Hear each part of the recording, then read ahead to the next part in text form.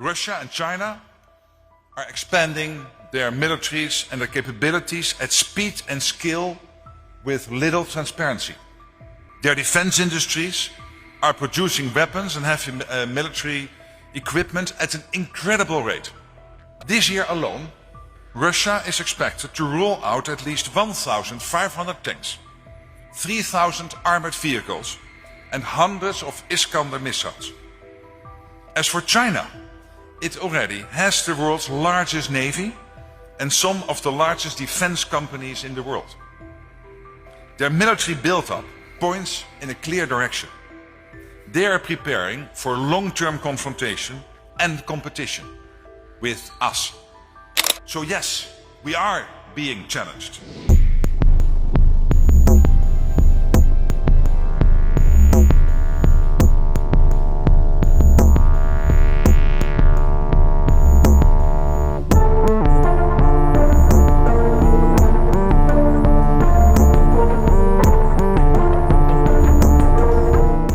Well, thank you, Mr. Papperger, dear Armin. Good to see you, Vice Chancellor Klingbeil, dear Lars. Minister Pistorius, dear Boris. Mr. President, dear Rumen. Prime Minister, General Krinkovic, dear Grinch. Excellencies, ladies and gentlemen, good afternoon. This is one of my first public speeches since the NATO summit in The Hague in late June. And it means a lot to be giving it here, in Germany, at this new work Niedersachsen factory. I'm excited to visit today. It means a lot to be here because the defense industry in Germany and across Europe and North America matters more than ever.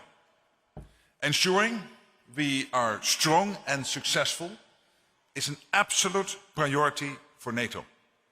And strong and successful is exactly what Rheinmetall is. Congratulations to you personally, Armin, and to all those people working in your fantastic company who have built this plant and ensured it's up and running in record time. I think you promised 12 months, and it was 14 months, but I don't think, Pistorius, Boris, you will hold that against him. It's really staggering that you were able to pull this off. And this is exactly what we need to ensure the prosperity and security of our economies and societies across Europe and North America, especially at a time when we are aggressively being challenged. Russia and China are expanding their militaries and their capabilities at speed and scale with little transparency. Their defense industries are producing weapons and heavy military equipment at an incredible rate. Not just to show off at big parades in Moscow and Beijing, but to secure spheres of influence, project power, and undermine the rules-based international order. This year alone, Russia is expected to roll out at least 1,500 tanks, 3,000 armored vehicles, and hundreds of Iskander missiles. As for China, it already has the world's largest navy and some of the largest defense companies in the world. Their military buildup points in a clear direction. They are preparing for long-term confrontation and competition with us. So yes, we are being challenged. But Europe and America together are on course to turn the tide on defense production. And I say this confidently for two reasons. First, because there is real cash on the table and more will flow. At the NATO summit in The Hague, now just 2 months ago, NATO leaders agreed a new plan to invest 5% of GDP in defense. Germany has already announced that it plans to invest almost 153 billion in defense by 2029. This is an impressive increase in just 8 years. It will more than double the overall defense spending by Germany in only 8 years. So Boris, to you and the government and everybody in Germany, my heartfelt thanks for doing this.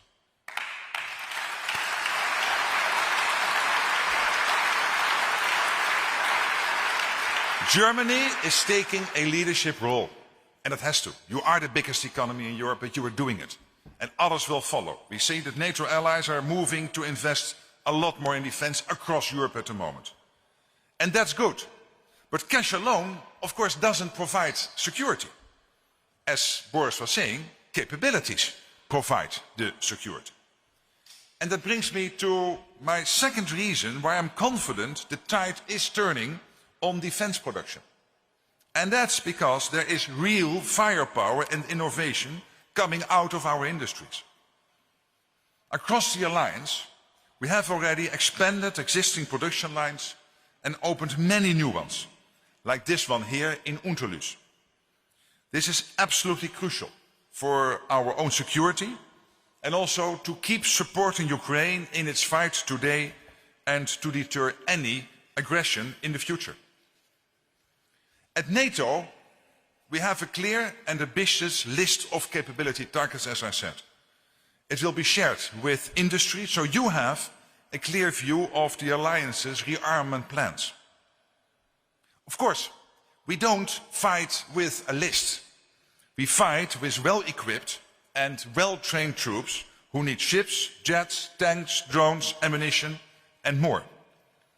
And that's what our defense industries across NATO must produce and deliver.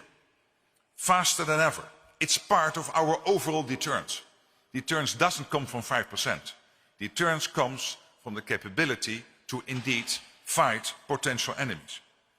And Rheinmetall is extremely important here. When it comes to ammunition, this factory alone plans to produce, as Armin said, 350,000 artillery shells a year. And this will come on top of what other Rheinmetall plants are producing. This year, your plants in Germany, in Spain, in Hungary, and also, by the way, in South Africa and Australia, aim to churn out 700,000 rounds of artillery ammunition. So we have come a long way. Today, Europe's annual capacity to produce artillery ammunition is 6 times bigger than just 2 years ago. And it is expected to reach 2 million rounds by the end of this year. And Rheinmetall accounts for a big part of this growth. So every applause is warranted for you, Armin, and your people.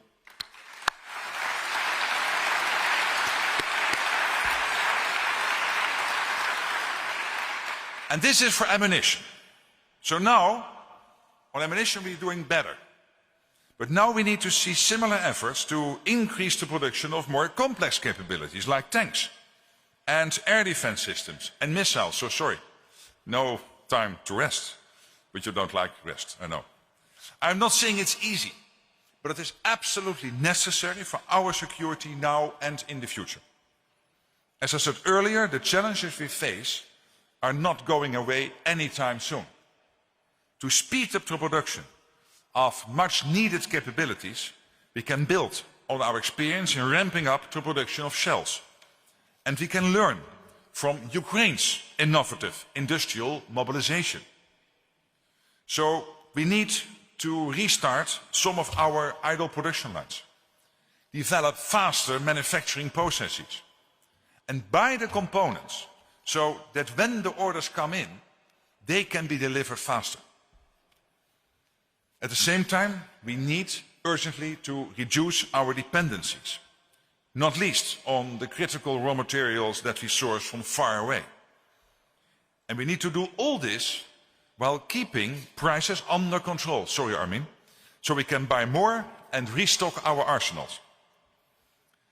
This is the challenge of rearmament, and it is a battle we must and will win. It matters for our security, and it matters for our economic prosperity. Increased defense production is an engine of economic growth, creating thousands of new jobs, including 500 here in Unterlüß. So going forward, I urge you at Rheinmetall and across the transatlantic defense industrial base to keep production levels high, raise the bar even higher, and seize the opportunities for doing more together across the entire alliance and, of course, with our partners like Ukraine. That's how we keep our defense capabilities supreme, our defense industries successful, and NATO strong. Thank you very much. And once again, congratulations on this important opening. Thank you.